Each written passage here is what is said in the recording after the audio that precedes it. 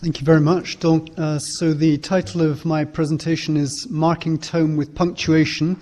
It's a report of an orthography experiment that we undertook in Eastern Dan in Côte d'Ivoire. And this is a co-authored paper with Dana Basnight-Brown and Valentin Vydrin, who were unable to be at the conference, but they say hello.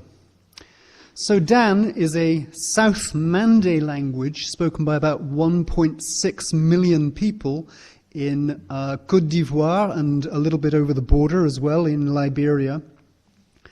And in the 1970s, when the language was first written down, they found themselves faced with a dialect issue, because Dan has about 40 dialects, and they chose to standardize two varieties, the East Zone and the West Zone, in the hope that that would serve about 20 dialects each. This paper only concerns the Eastern Dan variety.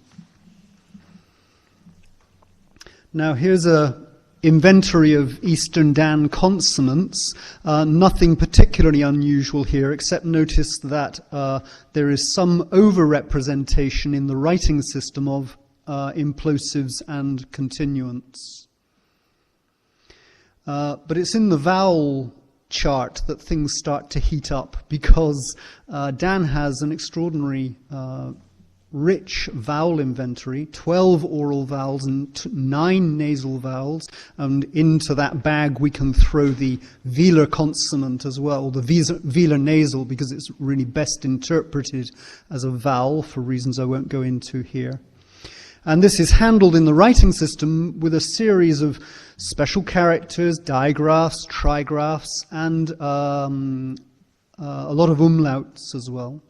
And notice as well that in the second line on the left-hand side, there is over-representation of the half-close series because there's some allophonic variation that is spelled out in the writing system. And the richness of the vowel inventory is thoroughly matched in the tone system as well. Dan is one of only 2 languages I'm aware of in Africa which has 5 phonemic level tones, which can be combined in 6 contours.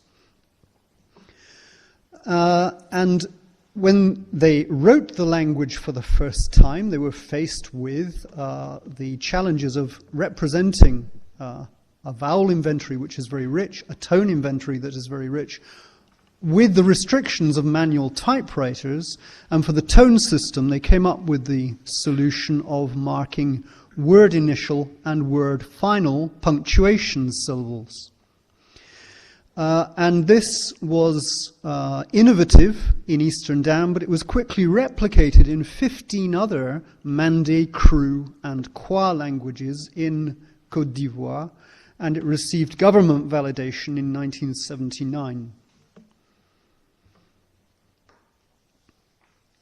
Now, I've had the opportunity to do 2 lots of field work in Côte d'Ivoire, and I did a classroom experiment in 2015 where Eastern Dan was one of 10 Niger-Congo languages where we wanted to test, well, what is the contribution of full tone marking to reading and writing fluency? And so we were testing full against 0 tone marking. We were working in 5 countries and 4 language families. We had 308 participants altogether across the 10 languages, and participants were shown 4 narrative texts. The first task was oral reading with and without tone marks. The second task was adding the tone marks to an unmarked version of the texts. And the Eastern Dan results are very worrying, because what we find is that when tone is fully marked, there are no gains at all in speed, in comprehension, or in general accuracy. There's a marginal gain in tonal accuracy, but it's not particularly convincing. And in any case, the Eastern Dan results show that tonal errors are far higher in this language than in the 9 other Niger-Congo languages that we were testing, irrespective of whether tone is marked or not. As for the writing task, the results are quite poor as well, an average success rate of only 60%. Now, why does Eastern Dan perform so badly then? Is it because this language has an extraordinarily high functional load of tone? Is it because they're using this rather idiosyncratic punctuation strategy for marking tone, whereas all the other languages were using superscript diacritics? Is it because of the tone pedagogy? Because when we look in the literacy primer, we see there are no designated tone lessons. Tone is very emphasized right from the beginning all the way through to the end, but there's no lessons focusing on tone. Is it because there's a low level of education in general in this language group in comparison, for example, with Yoruba, where they were all university students? Or is it because Ivory Coast has been subject to 2 civil wars in the last 18 years, and one of the results of that was it decimated the literacy program, and people have lost their literacy skills in the meantime. Now, we can't test all of this in one go, but what we can do is have a look at this punctuation strategy more closely, whilst bearing in mind the social context that we're working in. So my colleague Valentin Vydrin has proposed a radical orthography reform which would do away with overrepresentation of consonants and vowels and replace the umlauts with special characters, the IPA equivalents. And also on the side of tone, to replace the punctuation symbols with superscript diacritics, which is the classic solution in Africa for dealing with marking tone. So here's a visual impression of what the 2 orthographies look like. The existing orthography at the top with, you see, all the words starting with some kind of punctuation to mark tone, and the proposed orthography, which places tone on the upper tier above the vowel. So then the second experiment was to test, not this time full against 0 marking, but this existing orthography with Valentin Vydrin's proposed orthography. We were working with 68 participants, none of whom this time had any previous exposure to reading and writing their own language. But we did ask that they had a minimum of 4 years formal education, and that was really a compromise. We were working with limited time, and it meant that we didn't have to teach any of the characters that were common to French, the official language of Côte d'Ivoire, and Dan.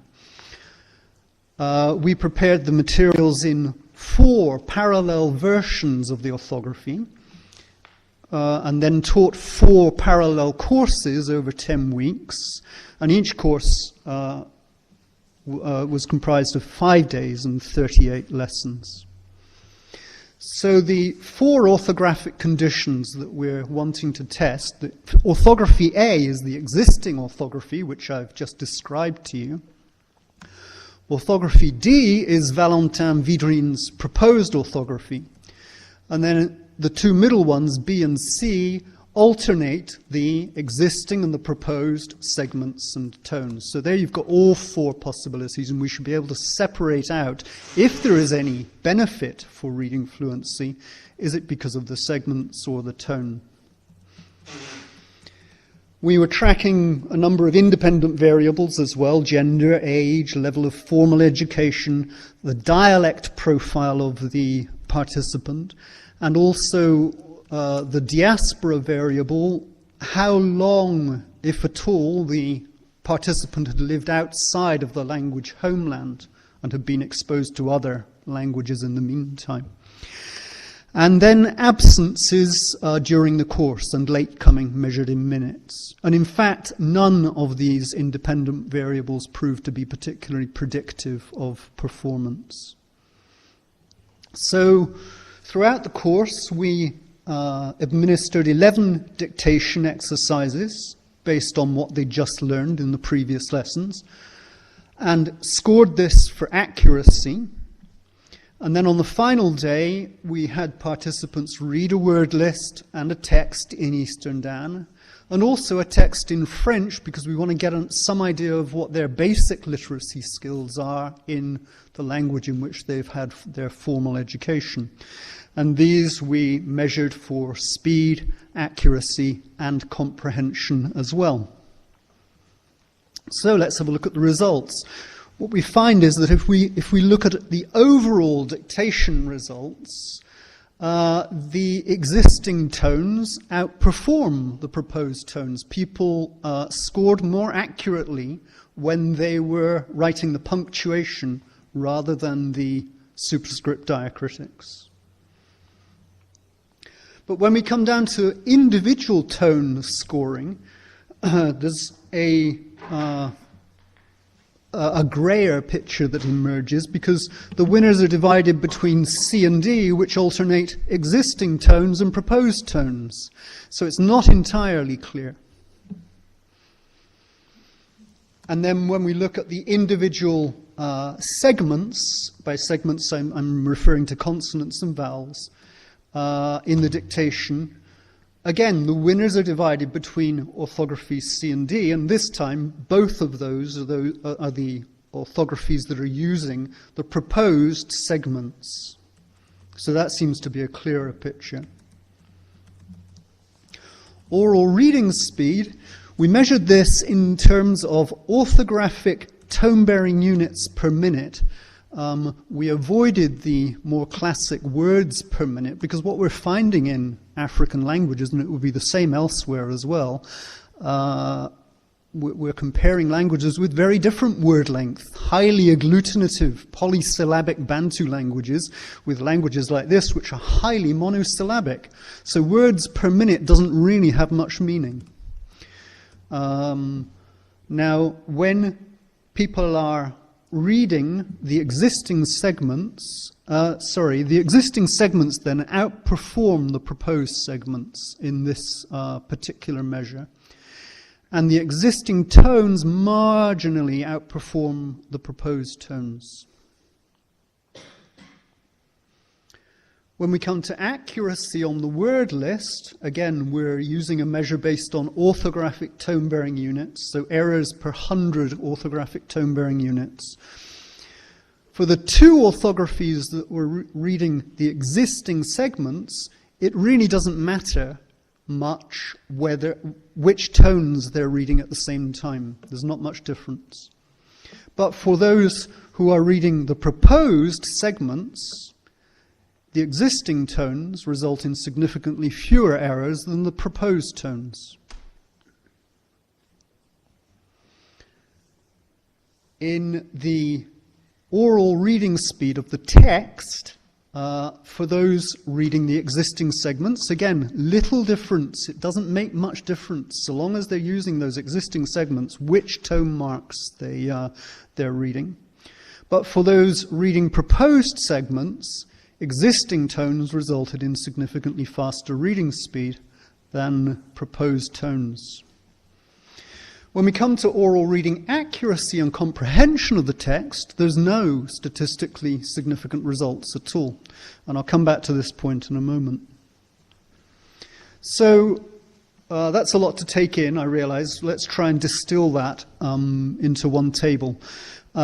The overall verdict is that it's orthography C, which is the winner, because on 3 of the measures, orthography C performs best, and on 2 more measures, they share first place with C and D.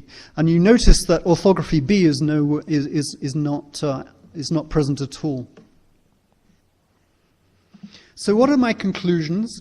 On the writing side, it seems that the position of the punctuation marks force learners to make choices as they write. What we see with superscript diacritics is that very often in literacy classes people write the entire sentence and then come back and try and add the tone marks. They can't do this with the punctuation system. They have to make a choice with every word. The other thing is, just very simply, the phonemic principle has the huge advantage pedagogically that you're only learning half the number of symbols because you're not representing allophonic variation. And if you're only representing half the number, well, you've got twice as much time to devote to learning it and practicing it. It seems that writers make gains when diacritic density is reduced because when I'm referring to diacritics, the punctuation symbols for me are diacritics in this language, and when you combine those with the umlauts in the existing orthography, you've got a diacritic density of about 92%, which is extremely high. And then I commented already that orthography B was nowhere to be seen in the results, and this is because it's not an orthography that anybody was suggesting for functional literacy. It was simply that for the experiment designed to make it balanced, we needed to include that option. But it is awkward typographically because it means you've got umlauts with diacritics on the top of them. And the people in this course really struggled all the way through to accurately write that and read it. So then the oral reading results, in this particular experiment, it wouldn't be the case in all experiments, but the optimal choice for writers seems to be the optimal choice for readers as well. We do need to add, though, that none of the experimental effects that I'm reporting here are dramatic. And we noticed that in terms of accuracy and comprehension, once people are reading a text rather than a word list, there are no differences in the results. People can read all four orthographies once they have the support of context. So some social developments by way of conclusion. The most obvious thing to say is that, of course, between the 1970s and now, we have the IT revolution, and we're not limited to manual typewriters in the way that we were. And so we can think of adopting other solutions that weren't available 40 years ago.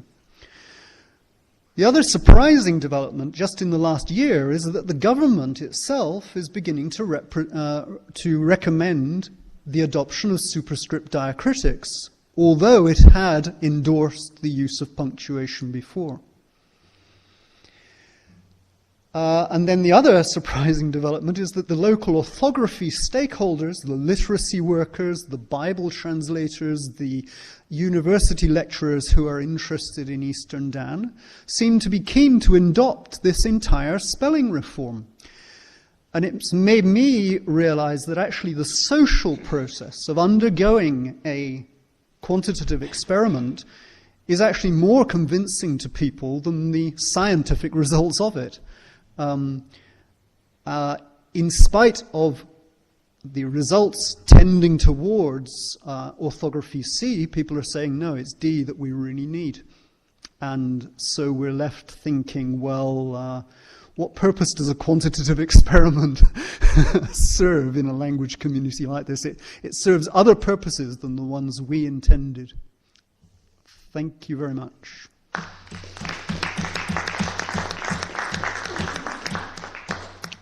Any questions?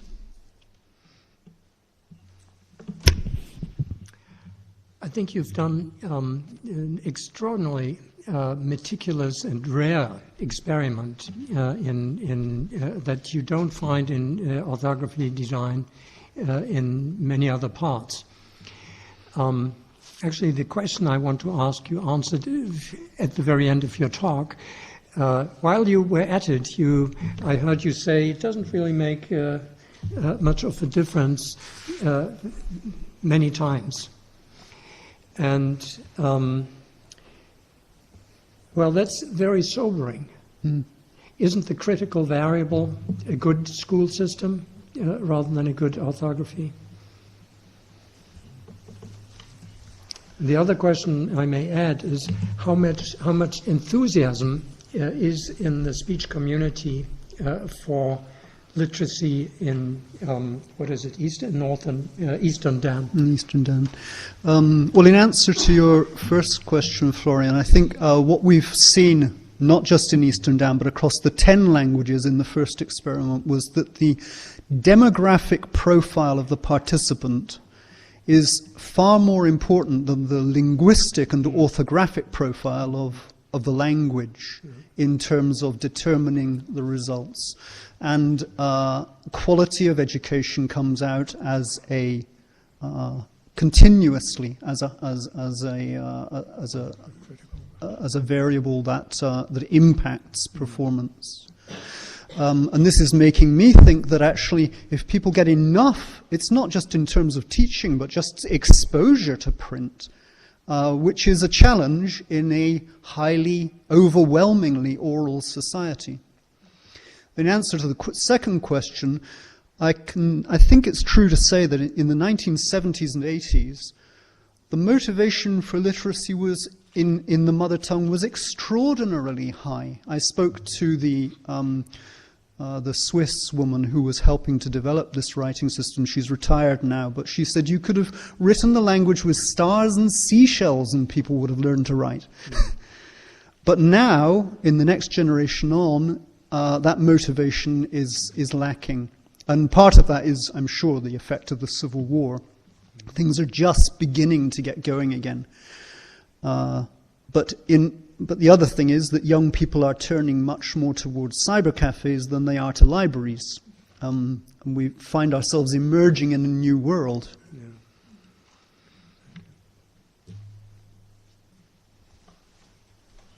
Some other question? Yes. Thank you. You just mentioned that the society you were exploring is largely orally oriented.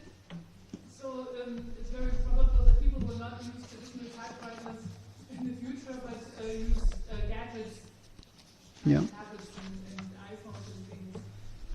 So the input methods that they will be able to use, will they support easy and fluent writing in a superscript diacritic orthography? Since you have some type of thing to input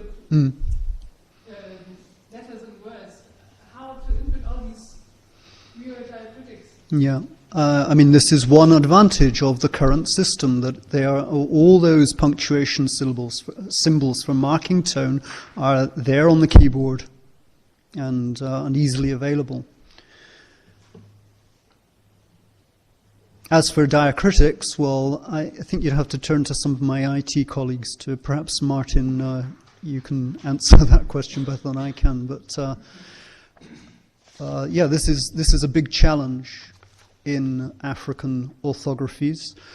My concern as well is just that I think the picture that is emerging is that as somebody becomes more and more fluent, they can read without the tone diacritics, in the same way as Hebrew and Arabic readers are expected to be able. It's a sign of reading fluency to be able to read without vowel diacritics. Well, the other part is the writing. If you want to write something on your tablet or your iPhone, you need an input method. Yeah. Sure, the opposite side can read it, but having the layer, an extra layer of input method makes it more tedious. Yes, absolutely, yeah.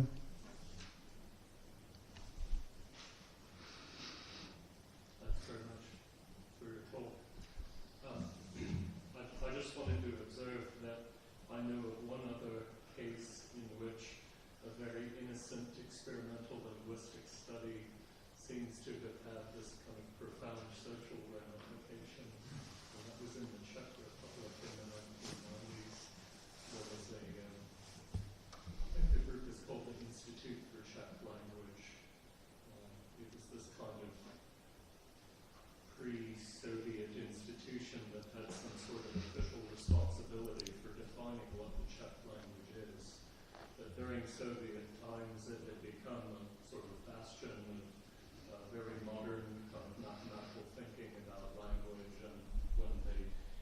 out with a large grammatical study on how Czech is used in the 1990s. It was with no prescriptive intent whatsoever, presenting frequency on different kinds of syntactic constructions and so forth.